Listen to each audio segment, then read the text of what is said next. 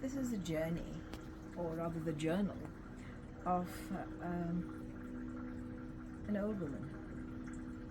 Seen a lot of life, has collected a lot of memories, who is overburdened with memories and anecdotes and stories, and I want to shed some of that, and I want to take you along with me as I recount my day-to-day life, where things and objects that have accrued to me act as aid memoirs.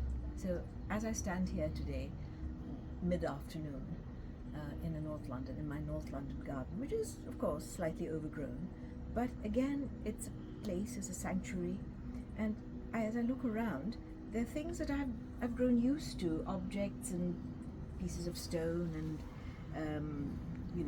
carvings from both Europe and the subcontinent, which, as I say, are they are extensions of me, and they give me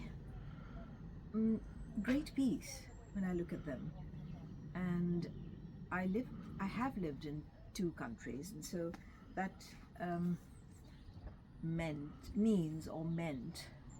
a sort of double consciousness, because you speak two languages, you deal with different, not just social milieus, but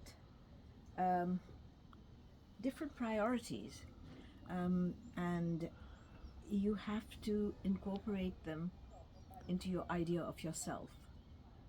So I've lived in England now for more than 50 years, and for the last 20 years I was teaching and working in my home country. I'm back now, and I don't think I will go back. I still dream. Last night I had this dream that I was cut off forever from the places I knew and know and walked and was part of. And the sense of sorrow weighed me down in my dream.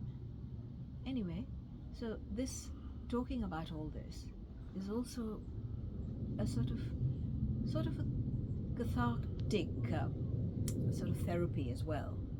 And I hope you people will get something from the complexities of this one life, of a widow, an old student, somebody who loves literature, somebody who's collected art, somebody who has been, I suppose, I wouldn't say wealthy, because I haven't been wealthy, but with a certain sort of, all the cultural capital that accrues to you as an educated and a thinking person, from my childhood, and the things I owe to my parents, all that, I think, things that make me on a day-to-day basis, things that, for example, this morning I've just listened to a podcast about Venezuela, and things that my grandson brings to me in terms of politics, etc., and which then trigger off memories of my own parents' political affiliations, etc. And then, the way things trigger off other memories. My niece just sent me a WhatsApp message to say that she's starting a Montessori, a pedagogy Montessori course from Perugia University. And I wrote to her and said, your grandmother, my mother, would have been very proud, because she knew Maria Montessori, who was interned on the subcontinent during the Second World War. And Montessori, the whole idea of Montessori schools and Montessori training was something that was very popular on the subcontinent.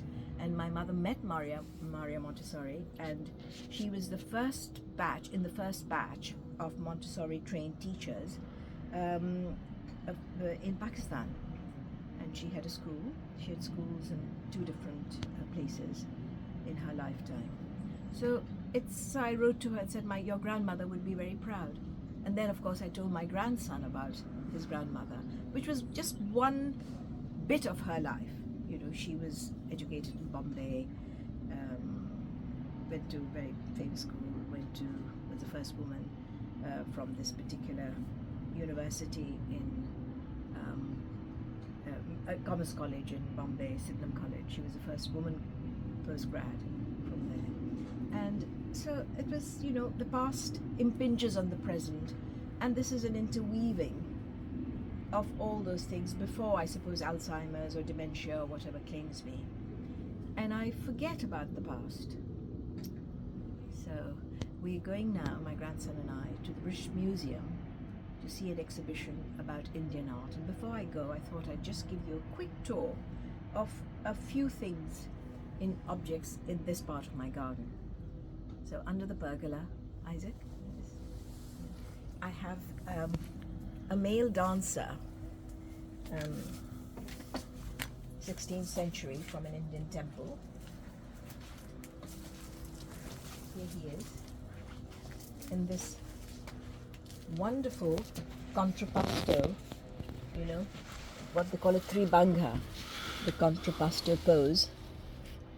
And I just love the fact that this is a male dancer.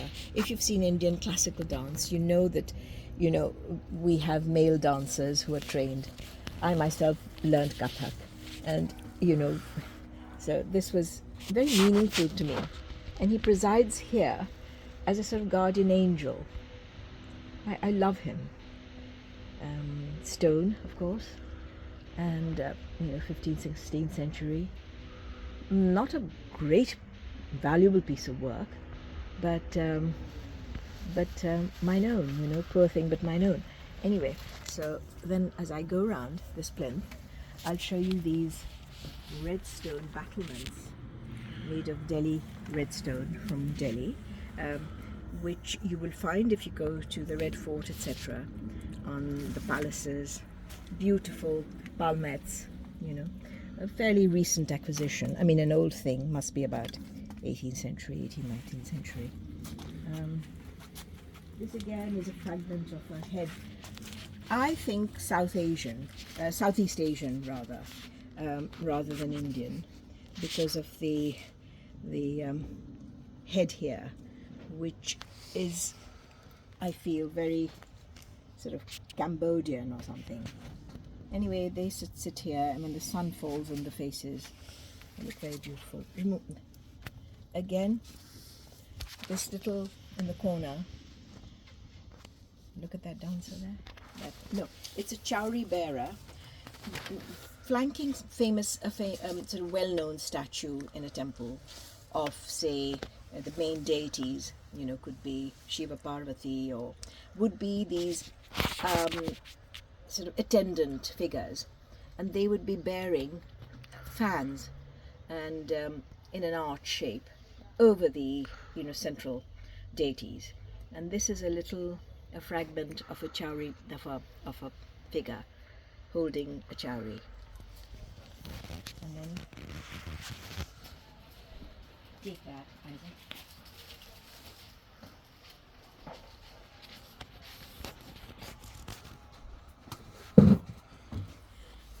These are the four apostles. This is from France, from, you know, some churchyard, or maybe it's a bit of ecclesiastical sculpture from France. And again, I feel so privileged that something like that is in my possession and sits here presiding over my garden.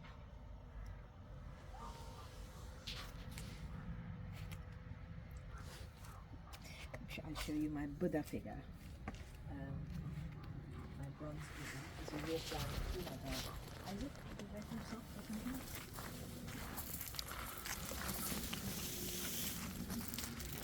That is a bit of jali. A jali is, you know, it would be part of a window in the old days in a palace, whatever, where the women would look through those little apertures, through the little windows, out into the main courtyard, where the men would jostle from the harem into the audience chamber, probably, or something like that. But it's an old piece again. And if you come further,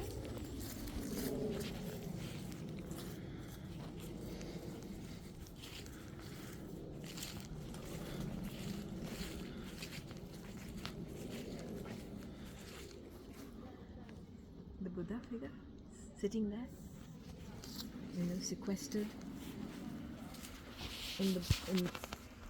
in not under the Bodhi tree, but here in North London Garden. Is Buddha sitting in meditation. Slowly the bronze is getting corroded, which I like, and the autumn leaves falling all around him, and of course the cobwebs at this time of the year.